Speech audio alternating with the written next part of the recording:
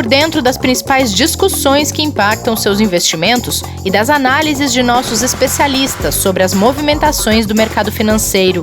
Falando nisso, nosso encontro é toda manhã, logo após a abertura do mercado. Entre nos canais oficiais do Itaú Personalité e envie suas dúvidas sobre recomendação de investimentos.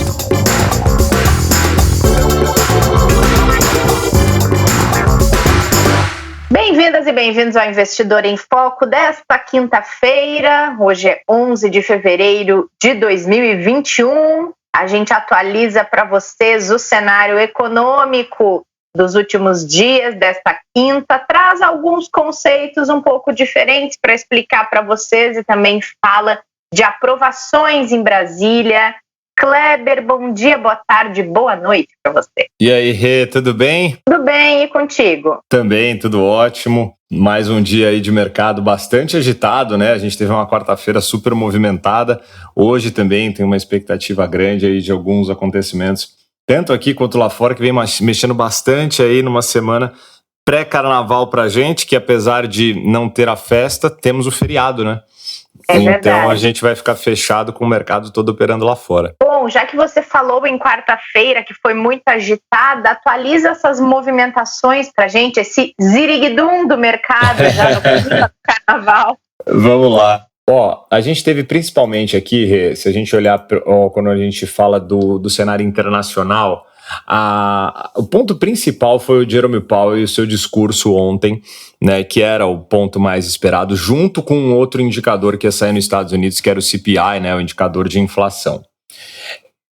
Quando a gente olha para a fala do Powell, né, o que mais chamou a atenção, apesar de esperado, depois que o número saiu, o número que veio conforme o esperado, que era de 0,3% de inflação para o mês, e o impacto dessa inflação mostra que a economia ainda precisa de muito estímulo.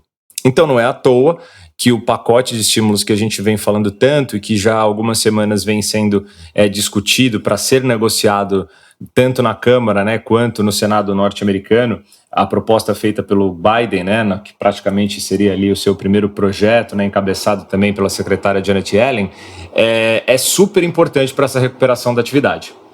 Do lado do Banco Central, o que o Jerome Powell falou foi que o balanço do Fed terá o tamanho que tiver que ter para apoiar essa recuperação.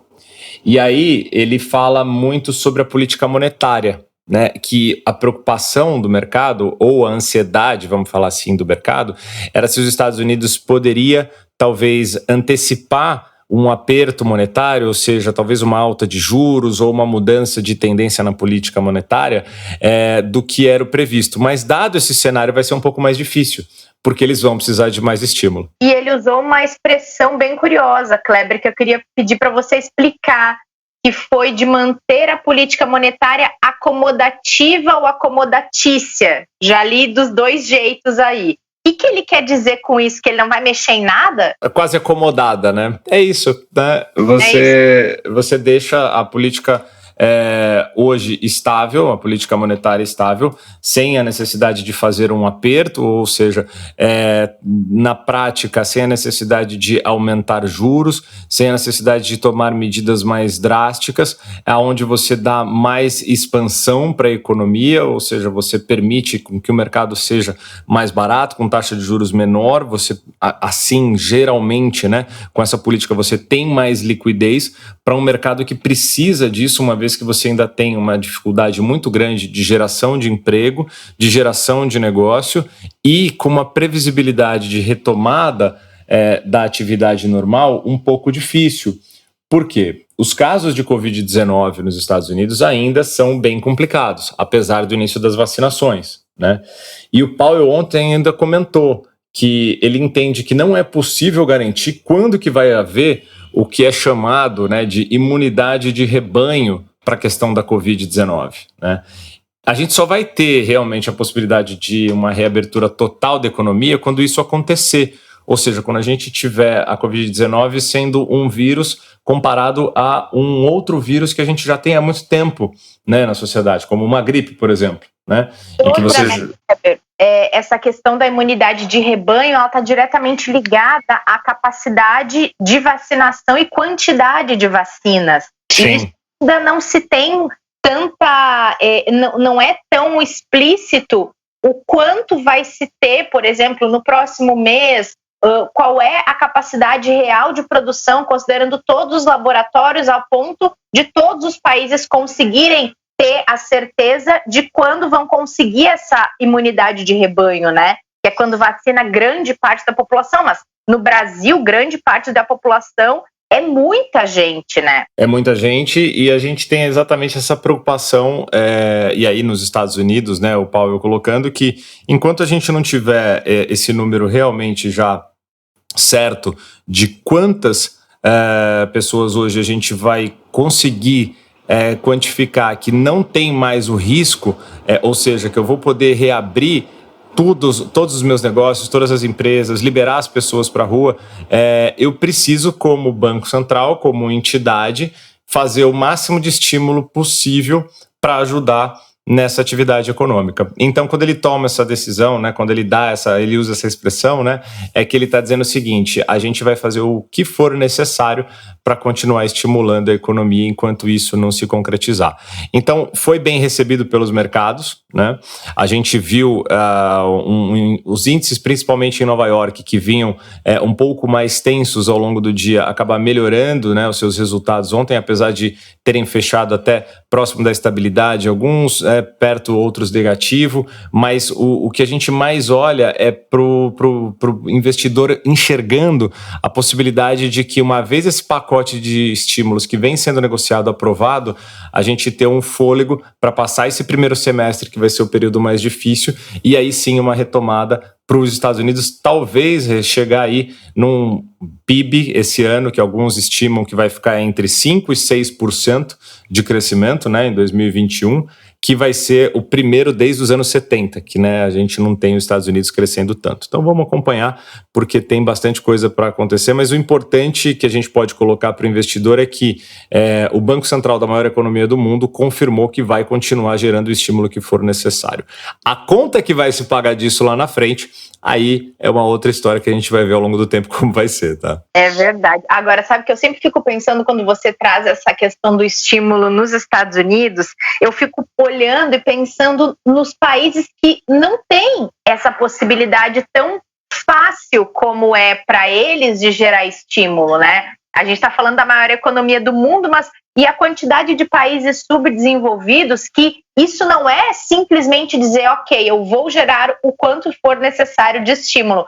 É uma conta muito mais difícil de fechar, né, Kleber? E aí a decisão ela é extremamente difícil e é uma realidade completamente fora da realidade norte-americana. Muito, muito difícil, e é por isso que a gente também entende que, uma vez que isso aconteça, por ter uma economia global, essa cadeia vai fazer com que as demais economias ligadas à economia americana vão conseguir, de certa forma, também se beneficiar, pelo menos em uma parte, em alguns setores, para que a atividade não pare, né? Claro que não são todos os setores, não são todas as economias, né? Não são todos os países, mas já é algum estímulo. Mas, sem dúvida, tem muitas economias que têm uma dificuldade muito maior, mas também, proporcionalmente, todas as economias têm conseguido, de certa forma, vamos falar assim, das principais, né? Porque algumas, obviamente, têm dificuldade muito grande de conseguir gerar seus estímulos, né? Mas a gente viu, inclusive aqui no Brasil, a gente gerando estímulos, só que aí acontece o quê?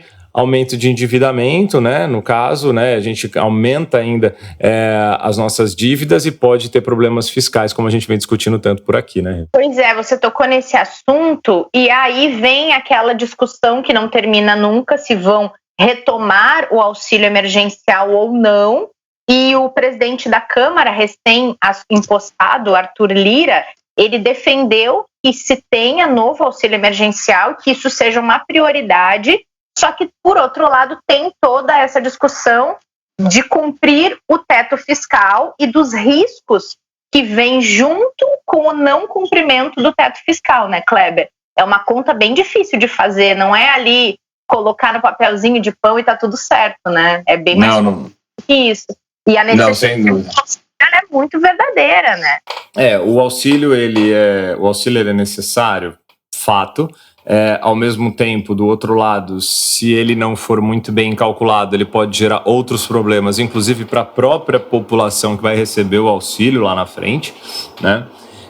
E aí o Arthur Lira, a gente pode dizer que pelo menos nesses primeiros momentos vem sendo muito bem ponderado em colocar tudo isso, em dizer que sim, é necessário, ele defende, mas assim, como fazer é que entra nas discussões, né? Então, ele até colocou, né, que sem orçamento, como eles estão hoje, não tem medidas que sejam muito efetivas para o governo poder fazer, né, a não ser o que ele chama de excepcionalizar de novo o teto de gastos. E aí entra de novo com uma medida de guerra, né, o que também não é o ideal. Ele acabou citando a possibilidade de pagamentos por 2 ou 4 meses, né, até 4 meses, né, e aí ele também fala, né, que para que dê tempo até o Congresso tomar as decisões, sempre respeitando o teto de gastos, como você colocou, né, e principalmente a responsabilidade fiscal. Ao mesmo tempo, né, ele diz que é necessário avançar com uma agenda de reformas, né, para aumentar o quê? A credibilidade do Brasil, atrair investimento estrangeiro, né, e ele mostra, né, que a gente está atento a todos os degraus da economia que precisa ser mantido tranquilidade para ter previsibilidade daquilo que a gente precisa para poder ajudar as pessoas e as empresas aqui. Então, assim, essa visão é muito interessante, porque ele entende o que precisa ser feito de um lado e do outro, e aquilo que não pode ser atingido de forma negativa, que no caso é o teto de gastos e o fiscal, né? Do outro lado, tem a questão também de tributos que vem sendo discutido, né? E quando ele foi questionado sobre isso, né, sobre os moldes de uma possível, como alguns colocam, nova CPMF, né, que vem sendo proposta há alguns meses, né, um novo imposto para financiar a desoneração da folha de pagamentos, né, entre outras despesas, ele colocou, né, que tem senadores e deputados que defendem a criação, né, do imposto exclusivo, né, para manter um programa social, mas que isso é uma hipótese, né? Que ele não teve ainda nenhuma conversa de fato com o ministro Paulo Guedes para tratar disso, né? Para resolver a questão do auxílio, ou mesmo a questão da folha. Então, tudo que tem sido colocado ainda não tem nada de efetivo, e a gente tem muita conversa para acontecer ali, até porque ele acabou de assumir, né? Mas os primeiros passos que estão sendo dados, a gente vê pelo menos um direcionamento que vai ser, se seguidos esses, pelo menos diretrizes que estão sendo colocadas, positivos, tanto para a economia quanto para a sociedade. E aí a gente fica aqui na torcida, né, Rê? Que tenha, sim, um auxílio emergencial, porque as pessoas vão precisar, né, que a gente, se tiver algum tipo de imposto, que ele seja justo, né, que ele não onere mais aqueles que já vem sendo onerado, que ele seja direcionado para realmente algo que seja efetivo e que seja necessário, porque também se chegar à conclusão que não precisa de um imposto, porque já tem outros que possam ser direcionados, que a gente sabe que é difícil essa conta, que eles também façam essa análise, né? De repente você pode tirar de um lugar e colocar em outro, mas assim, o que a gente torce é para que seja feito o melhor balanço, a melhor equação possível, tanto para a população, quanto também para o Estado, né? Porque o Estado precisa ser saudável e que essas reformas, como ele mesmo falou, passe para a nossa credibilidade aumentar. Claro, tem que otimizar, né, Kleber, a questão tributária, para não ficar pesado demais para um lado só, né? Exatamente. Bom, falando ainda no Congresso Nacional, foi aprovado o projeto que a gente falou aqui outro dia, que estava em discussão e garante autonomia do Banco Central. Falta só a sanção do presidente da República para que ele passe a vigorar. E aí o Banco Central passa a ser uma autarquia que não tem ligação com nenhum ministério. É isso, né, Kleber? É isso. A medida, ela tem um ponto muito interessante, que já é uma mensagem clara do governo, dizendo que, olha, eu não vou tomar nenhuma medida direta, deixando o Banco Central fazer tudo o que ele precisa fazer de forma autônoma, né, sem nenhuma intervenção do governo, ou como alguns gostam de falar, sem nenhum tipo de medida populista, né? Como já vem há muito tempo, né, há muitas décadas nos Estados Unidos, né, com o Banco Central totalmente autônomo, mas os deputados ainda vão voltar alguns destaques, né, ou seja, algumas mudanças do texto original que foram feitas na discussão da casa, né, depois que o projeto precisa depois que ele vai passar pela sanção presidencial, né? Então, alguns até na noite de ontem já chegaram até a ser rejeitados, né? Já chegaram a não serem aprovados, né? A principal mudança, né, que é trazida pelo texto, né, que já foi aprovado pelo Senado, é o mandato fixo de 4 anos para o presidente e para os diretores do Banco Central, que não deve coincidir com o mandato do presidente do país, que a gente comentou ontem, né? Acho que isso, sem dúvida, é bem interessante, né? Você não vai ter o Banco Central coincidindo com o mesmo mandato do governo federal. Então, não vai ter uma ligação direta, você não tem mais a indicação direta do governo para quem vai ser o líder do banco, né, a chefia do banco, quem vai fazer todo o controle. E isso dá realmente uma clareza e uma confiança maior, tanto para o cenário internacional, para o investidor internacional, quanto para todos os agentes aqui no Brasil também, Rê. Claro que tem ajustes, sim, para serem feitos, como, né, em tudo, é possível sempre melhorar. Tem muitos pontos ali do próprio projeto que podem sim serem ajustados para ficar mais positiva ainda essa autonomia, mas já foi um primeiro passo bem importante. A gente até convida quem não ouviu o episódio de terça-feira, né? O professor, a gente falou com ele sobre isso. Isso, perdão, não foi ontem, foi na terça-feira, no dia 9, quando o professor Martim está aqui com a gente e comenta exatamente esse ponto. A gente coloca aqui na descrição, inclusive, para o pessoal poder acessar mais fácil. E Kleber, antes da gente encerrar, você viu o feito que o Fundo Verde fez nesta quarta-feira para os clientes aqui do Itaú que seguiram a dica do Pedro Canelas? Então, eu não vou comentar de maneira muito, muito animada isso, porque é um feito para aqueles investidores que conseguiram aplicar, né? Eu ia dizer a mesma coisa. Os que queriam aplicar e não conseguiram já não é um feito tão interessante, mas realmente foi impressionante a velocidade na qual acabou os recursos que tinham disponíveis para aplicação, né? Quem não conseguiu reservar o produto durante 1 minuto e 41 segundos, não conseguiu aplicar. Olha, eu ainda tinha pensado quando o Pedro trouxe a dica na sexta-feira, badalou, falou que ele geralmente esgota rápido, né? Explicou toda a questão da casa, super conhecida, super disputada, o fundo não abria um tempão e tudo mais. Pensei, não, 30 minutos aí para a pessoa conseguir reservar, em 30 minutos vai dar. Não durou 2. Não durou 2 minutos e realmente foi uma questão que a gente pode falar eu chamaria de sorte tecnológica, né, de velocidade ali, porque você entrou, abriu às 9 horas para todo mundo, impreterivelmente, né, ninguém conseguiu entrar antes. Todo mundo foi fazendo o seu processo e o sistema foi naturalmente colocando, conforme foi entrando os pedidos, até o momento que travou o valor limite que podia ser aplicado, e foi nesse tempo que você falou. Alguns clientes falaram, poxa, mas por que a gente não conseguiu, né? Aí é uma questão de limite do próprio fundo, não ter aberto mais recursos, né, para que a gente aplicasse, e a gente fica aqui agora esperando para que tenha novas alternativas. Agora, o que a gente pode falar para o investidor é o seguinte, a gente tem dezenas de alternativas também, de muita qualificação, muito boas, que são até em alguns casos similares às estratégias que o Verde tem. Claro, nenhum é igual, né? Mas fica aí, né, a experiência para quem quiser na próxima vez, quando tiver algum assim, ficar até um pouco mais atento para tentar. Mas assim, é questão de realmente a gente pode falar, não sei se sorte, mas de conseguir ali precisar um pouco mais na hora de fazer, mas é muito injusto, né? 1 minuto e 40 é difícil, né? Uma ligação que toca do lado, que você vacila ali na hora de apertar um clique para dar um ok, pronto, já foi. Então, difícil. Tem outra boa notícia com isso, que esse sistema de reserva de investimento, ele é novo, né?